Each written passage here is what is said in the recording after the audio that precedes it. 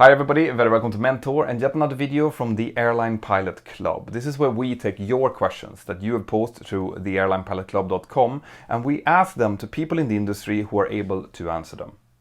Today I have the great pleasure to talk to Mr. Anthony Petteford. Now he has been a towering figure in the pilot training industry for decades, where he's had loads of different managerial roles.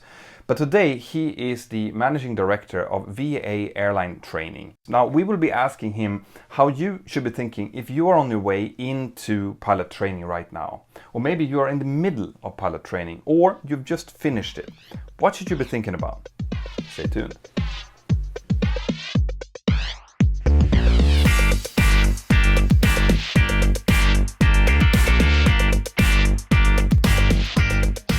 Anthony, thank you very much for joining me for this interview. It's a pleasure to have you here. Petter, it's a pleasure to join you on this interview and I look forward to discussing a few very topical things with you this afternoon. Yes. We're in a time right now where there's a lot of questions being asked and hopefully we can answer at least a few of them today. So why don't you tell everyone what your role at the moment is?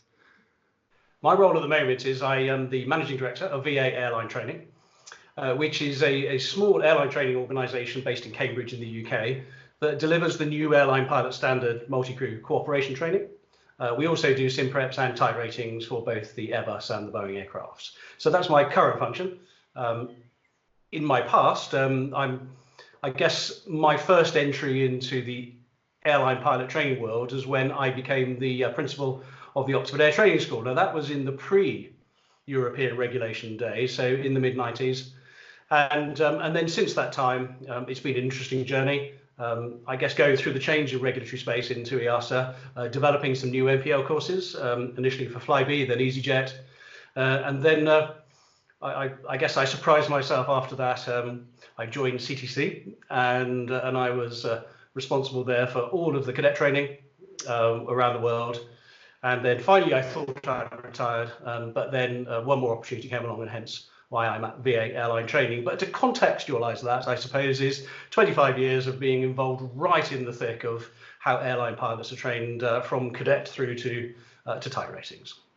Well, and obviously that with that kind of background, I think that there will always be a new adventure for you, no matter how much you think you're going to be retiring. My friends say so, yes, but I guess there'll come a point when, yes, the garden is increasingly becoming attractive. Yeah, but this actually makes you the perfect person to interview. As you know, we in the Airline Pilot Club are at the moment in kind of a help mode. We have switched over to try to find as much information for people out there who are maybe thinking about starting their journey into becoming an airline pilot, or maybe they're in the middle of it, or maybe they've just finished it and they're now looking for that first airline job. And we want to try to talk to people like you to get answers of how you foresee things and what kind of tips and tricks that you can give people. So I guess the first question I want to ask you, and this is something that we've been getting a lot of questions through the website about, is if you are contemplating going into starting your training now, be it either modular or integrated, how should you be thinking in the current crisis that we're finding ourselves in? So I think the first piece of advice I give to people is whether this crisis was in existence or otherwise, you must make sure you understand the profession and what it entails. And in particular, the training journey that's required, the role once you're doing it, the amount of hard work that is necessary in the role, the flexibility, the customer orientation, understanding all of that, and of course the financial implications as you go through that journey. But also to balance that out, the extreme positives. The engagement with people, the diversity of people with whom you'll work, no day is the same, the wonders of technology, the joy of flying an aeroplane. And certainly in my days as an airline pilot, I never forgot what a joyful profession it was. So there is a balance, but make sure you get it. Make sure you fully research the profession, the pluses and the minuses, before you even think of going anywhere near an airline training organisation and paying some money. Yeah. My first piece of advice. Yeah, no, that's a great piece of advice, and that's something that I have been kind of talking about through my YouTube channel for many, many years as well. That it is that you have to realize what you're getting yourself into, and also the kind of determination that is required for you to go through with the training, realizing that it is a cyclical industry as well. It has tops and it has bottoms, and those can come very quickly, and it's kind of a part of or a piece of life when you're in this industry as well. So you need to be aware that this is going to happen. But right now, let's say that I have secured my funding and I am looking at starting my training, but I haven't yet started. Would it be an idea to start it now, no matter what is happening with the current crisis, or is it an idea to postpone it, wait a little bit? Yeah. If you're absolutely at the start of the journey, what I ask our trainees to do and have done over the years is to calibrate your mind. So say to yourself, look, first of all, how am I able to complete my training? Do I want to go on a full-time course of training, irrespective of what it's called? So the regulatory baseline can be called an integrated, or it can be called modular, or there can be the MPL. It's irrelevant. Largely, how do you want to approach the journey? And how long do you want to take over it? So if, for example, you want to do a full-time course of training and you want to be on that full-time course of training with others, then my advice to people is calibrate your head for 2 years. For 2 years. And the reason I say that is typically 2 years. Yeah. So you need to be thinking and looking at the world through the other end of the telescope and thinking to myself, what will this world look like in 2 years' time? And the reason I say 2 years is an integrated or an MPL course or a modular one bolted together, as I say, ignore the title, will take you typically 18 months minimum if you do it full time. And then add on to that, and this is absolutely fundamental, add on 6 months where you must allow that period of gaining employment as a standard. Many people get carried away. Oh, my friend got a job, a couple of days after they finished, and that's not the norm. No. The norm in the industry, allow yourself 6 months, and if you do it faster, super duper. If you don't do it faster and you take a little bit longer, you haven't in a way been so disappointed. So 2 years is the benchmark on a full-time course. That's the first piece of advice. If you choose to go and break your training into pieces, and generally that's a function of one's personal life and ability to complete training in modules, my advice is really add a bit more. So you may add another 6 months because you do have those pieces in between where you have to maybe earn more money or you have to have personal events which intervene. So add another 6 months, and in some cases, some people take the entire 3-year validity activity to do it, and that's fine, provided you do it in a structured, ordered, high quality, thought through way. But similarly, add at the end a period of 6 months during which you may get a job quickly or you may take the full 6 months. So that would be my counsel for people embarking upon the journey day one. Yeah. So in the context of course the extreme situation that we're sitting in right now, where airlines are grounding their fleets and they talk about unemployment among pilots and so on, you have to, if you're starting your journey, realize that what you're starting is not now. You're starting something that will be finished in 2 years. So that's what you have to kind of base your decisions makings on. Do you think that in 2 years this crisis would have blown over? And in that case, how will the industry look then? So yes, I fully understand and I fully agree with what you're saying there. But that makes it then a little bit more pertinent for the people who are actually in training right now. So they might be either in the middle of the training, which means that with your 2 years, they might have a year to go or maybe 6 months to go. And right now their flight schools have been closed down. They've been sent home. How should they be thinking? Is there anything, for example, with regards to their ATOs that they should be asking for, something they should be doing now as they're not being trained and they're getting a gap in their training? Yes. Again, thinking about the journey upon which people have embarked. So if they've gone on a full-time course, they're on the conveyor belt, and in normal times, the conveyor belt keeps going and you've got to keep up. And that's the way it works. Integrated and MPL courses are by definition abridged because the continuity of continuous training creates the outcome that is sought by the airline employers. So I think it's really important.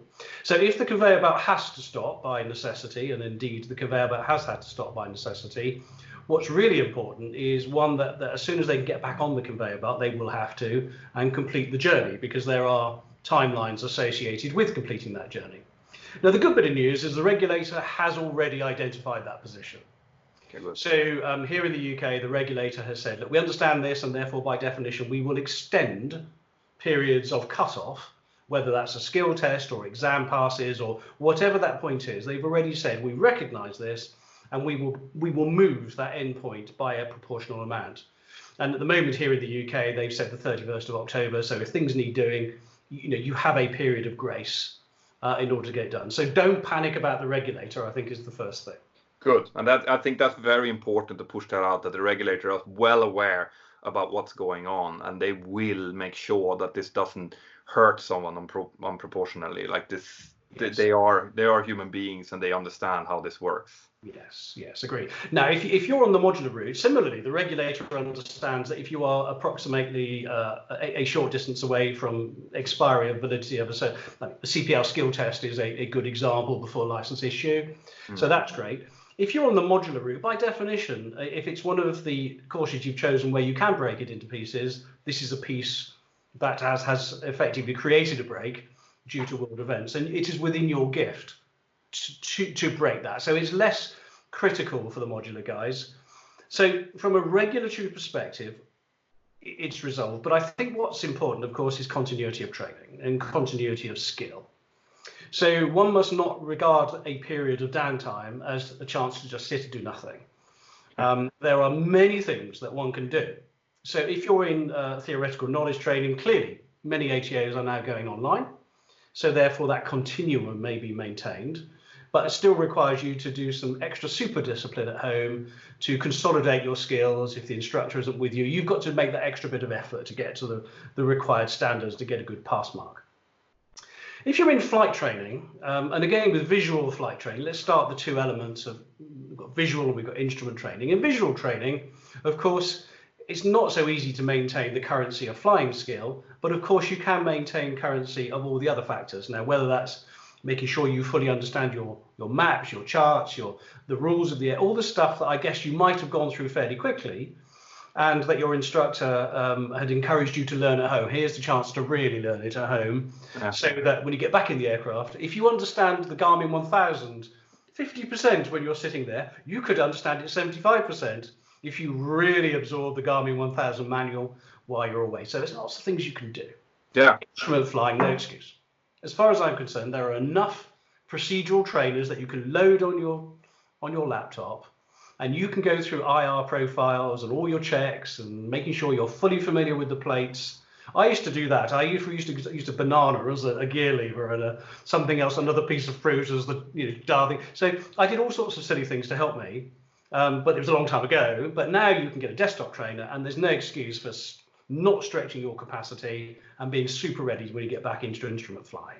Yeah, no, absolutely. I remember doing that myself. And even back then when I did it, that was 20 years ago, I had a simple PC trainer, and I was sitting and doing NDB holds and VOR holds and approaches just to get the scan going and to understand, okay, so what entry should I have coming from this direction, coming from that direction. There is, as you're saying, there's loads and loads of stuff that you can do now if you have the imagination to do so. Yeah. And I mean, we've all, paper tigers. That's how my entire beginning of my type rating for the 737, I was spent in a home-built paper tiger, just kind of learning scan flows and looking at things. So there's loads of things that you can actually do at home in a reasonable way. And if you combine that with, for example, Skype, you can actually almost do it together with a friend of yours as well. Yes. There's loads of things. There are many solutions out there. Good.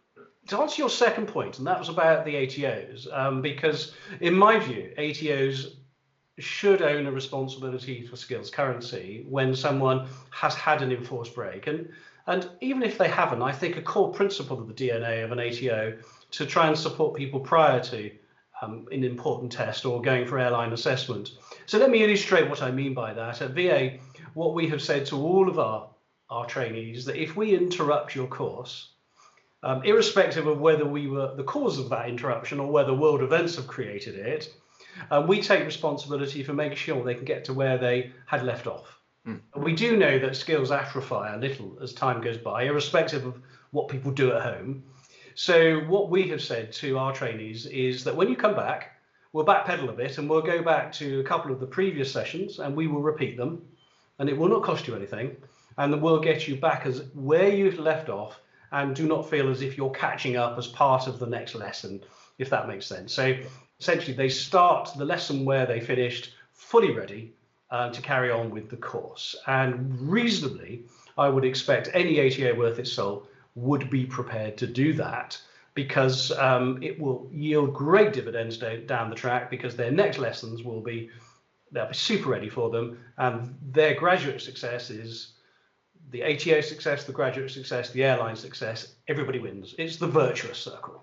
Yeah, exactly. And I'm so happy to hear you say that, because it is absolutely crucial that ATOs do understand that. The fact that the better off their students are when they leave the ATO, obviously, the better the ATO is going to be at the end of it. Now, we've said that we will be, through the Airline Pilot Club, we'll be facilitating if ATOs want to reach out to people to do online courses, for example. We will be prepared to help out with that. It's part of what we're doing now. But I'm guessing, do you at VA, you have your own online courses planned up if needed? Yes, I mean, a very good example is at the end of an APS course, there's what's known as AOT, with airline oriented training. And a couple of our trainees were able to get their final skill test complete, but the AOT comes after the skill test on our course anyway. So we said to them, look, we can resolve this online, absolutely. So we can bring you all together and we can go through that particular module and complete it. And similarly, on our grad school, which is normally a week long, if this becomes an extended period, so at the moment we are going to wait it out, and in fact, one course who was halfway through their grad school, they're going to come back and do the whole grad school again. And again, we don't want people just catching things halfway. So, however, if this does become an extended period, then the technology that we use for the AOT will use on the ground school, and we'll get them complete. And that's a piece done and sorted. And then onwards, we can do the flight training, which by necessity we must do in the simulator, of course. Yeah. So, yeah, we will embrace technology in the same way as the ATPL ground school ATOs have already done, and I think done spectacularly well, really quickly. So full marks to them for getting stuck in and getting online up so quickly. Yeah, I mean, the technology is already here. It's just that I think up until now, there hasn't actually been a proper use of it. So now is the time to use it. And I think after this, we'll probably see a lot more utilization of these kind of technologies for it in many, many different ways.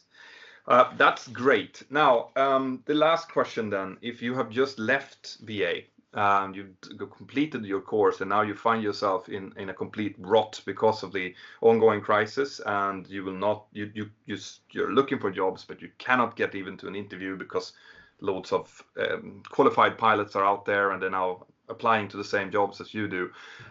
Any advice for them? Anything that you think that they should be doing? Okay. So again, let me just try and contextualize the world that continues despite the crisis that we clearly face.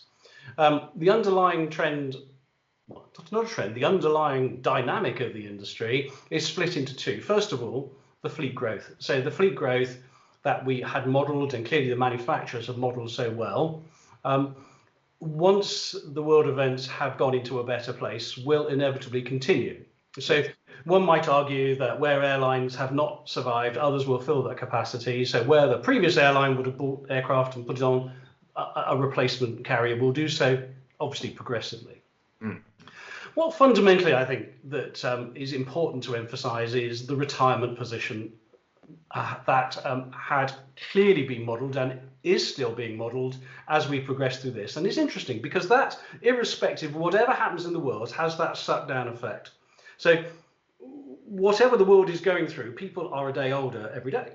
Yes. And so therefore they are progressing towards that retirement age, and therefore by definition we have this latent suck down effect of demand which will continue whatever's going on in the world. People are going closer to their retirement age. Yeah. And that represented, from our calculations, anywhere to 150 to 200,000 pilots that are required simply due to retirement.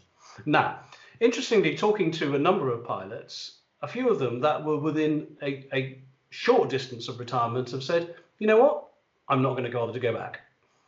I am going to just call it a day now. I've enjoyed my life. I've enjoyed flying. But if I then go through all of this, get everything back up to speed, and then I've got a relatively short distance until my actual retirement age, you know what? I just won't do it.